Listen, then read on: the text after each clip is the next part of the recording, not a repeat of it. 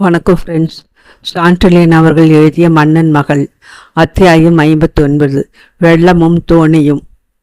காதலுக்கு தனி சூழ்நிலை தேவையில்லை. வேண்டிய சூழ்நிலையை அதுவே சிருஷ்டித்து கொள்கிறது. ஆசையாக்கிற காற்றினால் மோகமாக்கிற அலைகள் உந்தப்படும்போது பருவ வேட்டையாகிற சமுத்திரம் பிரளயம் போல் பொங்கி எழுந்து இதர சப்தங்கள் பிரதேசங்கள் எல்லாவற்றையுமே மூழ்கடித்து பிரத்யேகமாக தனக்கென ஒரு சாம்ராஜ்யத்தை அமைத்து கொள்கிறது. ஆண் பெண் உணர்ச்சிகள் மட்டுமே உறவாடக்கூடிய அந்த இன்ப சாம்ராஜ்யத்தில் வேறு சக்திகளுக்கு இடம் இருப்பதில்லை. அத்தகைய ஒரு சாம்ராஜ்யத்திலே சிக்கி கிடந்தால் செல்வி. அவளுடைய இளமையின் சக்திகள் வீசிய இன்ப கயிறுகள் கரிகாலனையும் கட்டி இழுத்து மெல்ல மெல்ல அந்த சாம்ராஜ்யத்துக்கு இழுத்து சென்று கொண்டிருந்தன. மாலை முற்றி மையீரல் சூழ்ந்து இரவின் ஆதிக்கம் நன்றாக ஏறிவிட்டிருந்த சமயம் அது. அவள் அனுப்பிலே அவன் கிடந்த அந்த மாளிகைக்கு புறம்பே இருந்த சக்கரக்கோட்டை பிரதேசத்தில் துயரமும் வெற்றி சிறுக்கும் கலந்த சூழ்நிலை பயங்கரத்தை எங்கும் பரப்பி கொண்டிருந்தது. ஈன்றெடுத்த புதல்வர்களை அன்றைய போரிலே இழந்த தாய்மார்களும் கணவன்மார்களை இழந்து நூலறிந்து குங்குமம் இழந்து மனைவிகளும் தந்தை இறந்து அனாதியாகிவிட்ட குழந்தைகளும் கிளப்பிய அழுக்குரல்கள் பற்பல வீதிகளிலிருந்தும் எழும்பி கொண்டிருந்தன. அந்த அலறல்களை அடக்க ஆணையிடுவன போல் கோட்டைக்கருகே இருந்த கொட்டகைகளில் பிணைக்கப்பட்டிருந்த போர் யானைகள் பயங்கரமாய் பிளறின. அத்துடன் வெற்றியடைந்த சோழ வீரர்கள் புறவிகளின் மீது வீதிகளில் உலாவி அமைதியை நிலைநிறுத்த இட்டு கொண்டிருந்த உத்தரவுகளும் போர் முடிந்ததும் மூளை முடுக்குகளில் ஒளிந்து கொண்டுவிட்ட மாசுனி வீரர்களை பிடித்து இழுத்து தள்ளி கொண்டு செல்ல சோழ உப தலைவர்கள் ஆணையிட்டதால் உண்டான பேரரவமும் கலந்து ஒழித்ததால் கோட்டை தளம் முழுவதிலும் இன்பமோ அமைதியோ மருந்துக்கும் இல்லாத சூழ்நிலையே வண்டி கிடந்தது. துன்ப ஒளிகளும் வெற்றி கோஷங்களும் நிறைந்த அந்த சூழ்நிலை கரிகாலன் படுத்து கிடந்த அந்த மாளிகை மீதும் மோதத்தான் செய்தது. கோட்டை தளத்தில் எழுந்த அழுகுரல்கள் கரிகாலன் பஞ்சனைக்கு அருகே இருந்த சாளரத்தையும் துளைத்து கொண்டு புகுந்தன.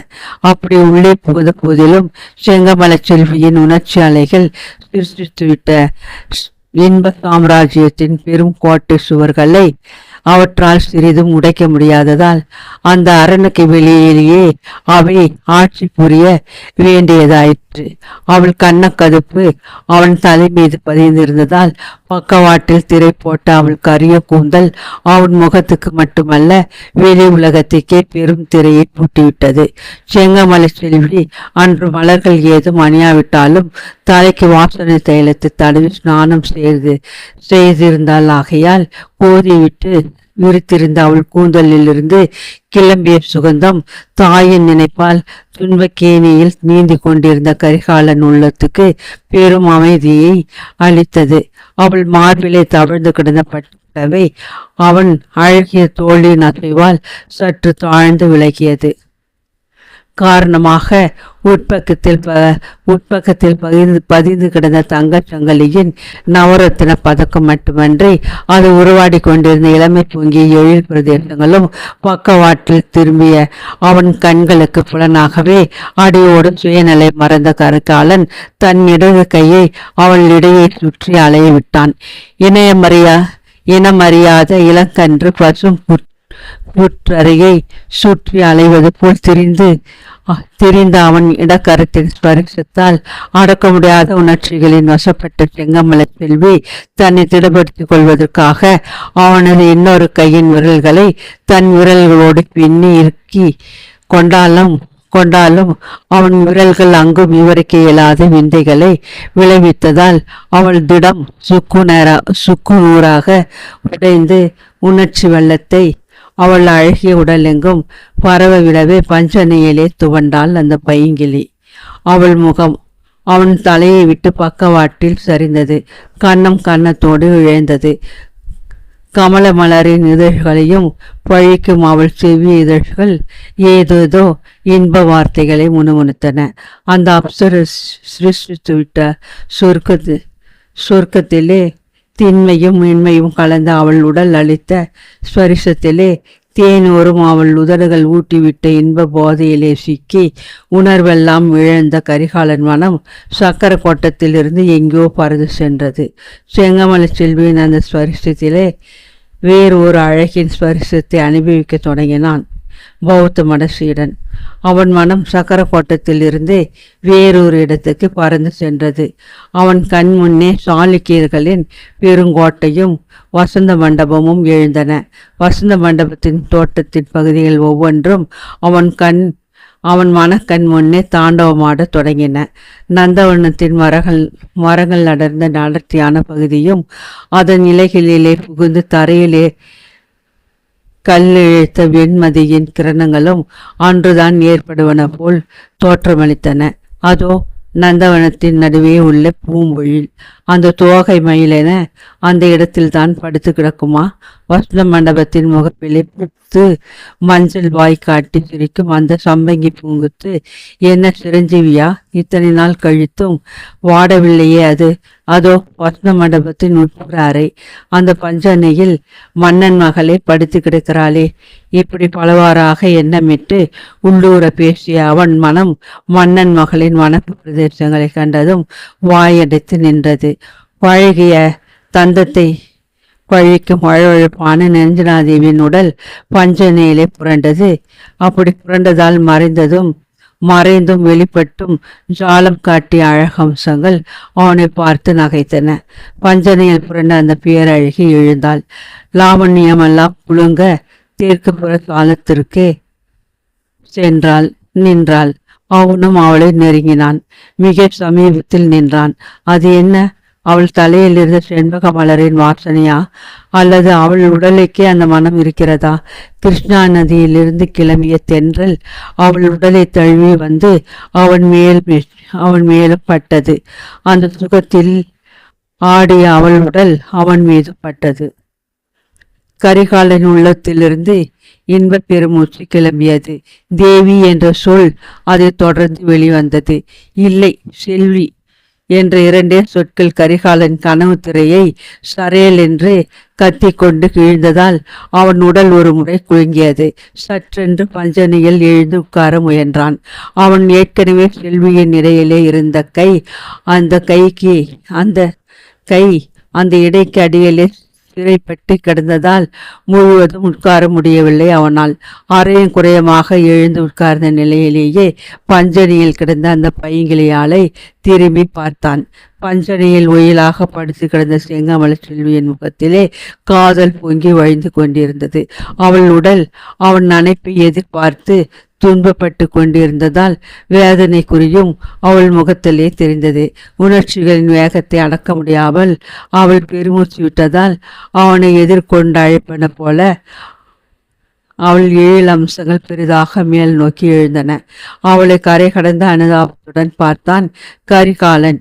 போர்க்கோலத்தில் கவசத்துக்குள்ளடங்கிய வீரஸ்வரூபத்துடன் விளங்கவல்ல அவள் அழகிய உடல் குழந்தையின் சரீரம் போல் துவண்டு நெளிவதையும் புறவியின் பக்கவாட்டுகளில் பலமாக அணையும் அவள் கால்கள் கூட செயலற்று கிடப்பதையும் கண்ட கரிகாலனும் துன்ப பெருமூச்சு விட்டான்.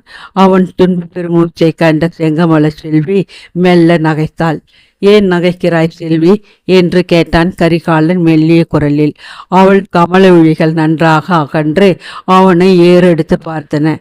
அவள் உதடுகளும் லேசாக அசைந்தாலும் பேச்சு எதுவும் வெளியில் வரவில்லை. என்ன சொல்கிறாய் செல்வி என்று மீண்டும் கேட்டான் கரிகாலன். செல்வி அல்ல, தேவி என்று சொல்லிவிட்டு துன்ப புன்னகை காட்டினாள் அரையன் ராஜராஜன் மகள். தேவியா? ஆம், தேவிதான். புரியவில்லையே செல்வி. நிலைமை இருவருக்கும் புரிந்துதான் இருக்கிறது, விடைதான் புரியவில்லை. என்ன நிலைமை, என்ன விடை? சொல்லட்டுமா? சொல்லேன். அதற்காக தான் கேட்கிறேன். உங்கள் நினைப்புக்கும் பார்வைக்கும் வித்தியாசம் இருக்கிறது. நினைப்பு, பார்வை வித்தியாசம். புதிர் போடுகிறாயா செல்வி? புதிர் ஒன்றுமில்லை. நீங்கள் நினைப்பது தேவி, ஆனால் பார்ப்பது செல்வி. அவள் சொன்னதை நன்றாக புரிந்து கொண்டான் கரிகாலன். இருந்தாலும் புரியாதது போலவே கேட்டான். தேவியாவது என்ன சொல்கிறாய் என்று. செங்கமலை செல்வியின் வழக்கரம் எழுந்து அவன் வழக்கரத்தை பற்றி கொண்டது. என்னை ஏமாற்ற வேண்டாம் பிரபு, ஏமாற்றவும் உங்களால் முடியாது. உங்கள் வாயால் சொல்ல இஷ்டமில்லாததை நானே சொல்கிறேன். உங்கள் நினைப்பெல்லாம் நிரஞ்சனாதேவியிடம் இருக்கிறது. நான் உங்கள் அருகிலே இருக்கிறேன். அவள் வெகு தொலைவில் இருக்கிறாள்.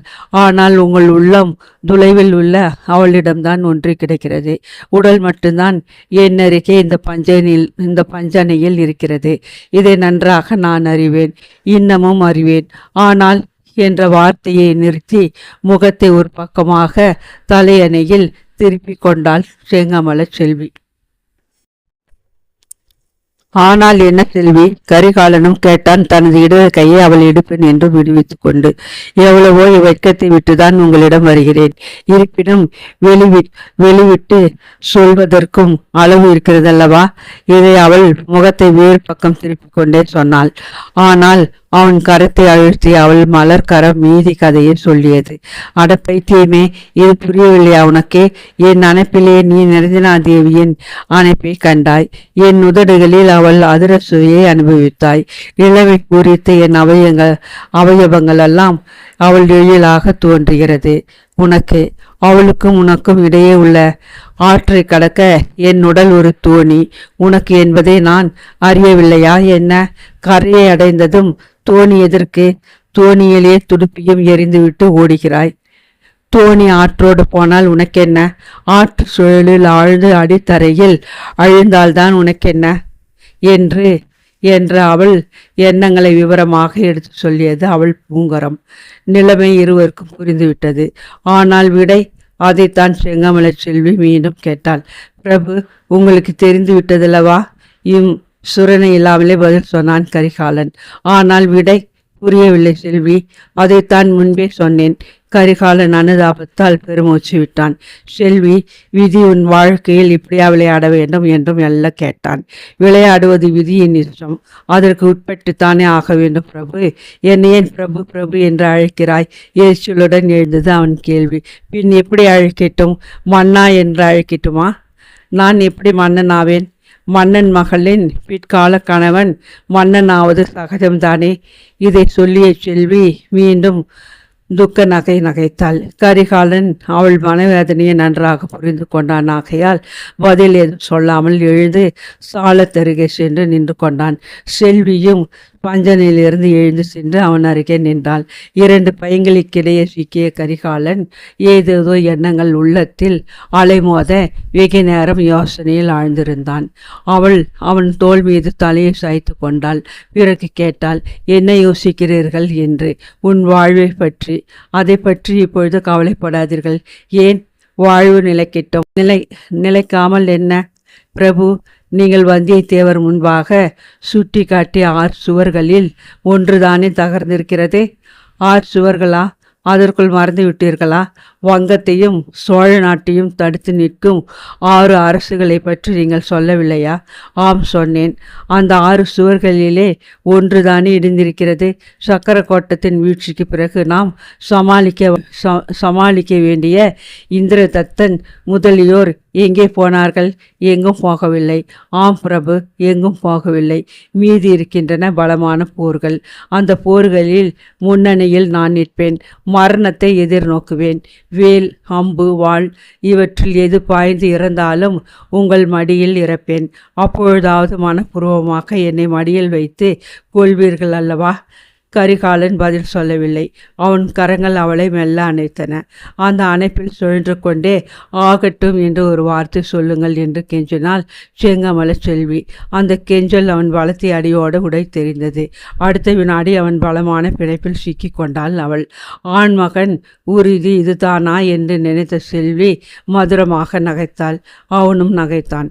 ஆனால் அதே சமயத்தில் அவர்கள் நகைப்பை எல்லாம் உடைத்து அவர்கள் வாழ்க்கையில் பெரும் மாற்றத்தை உண்டாக்கக்கூடிய 2 ஓலைகளில் ராஜமுத்திரைகளை வைத்து கொண்டிருந்தான் விக்கிரம சோழ வரையனான ஆரியன் ராஜராஜன்.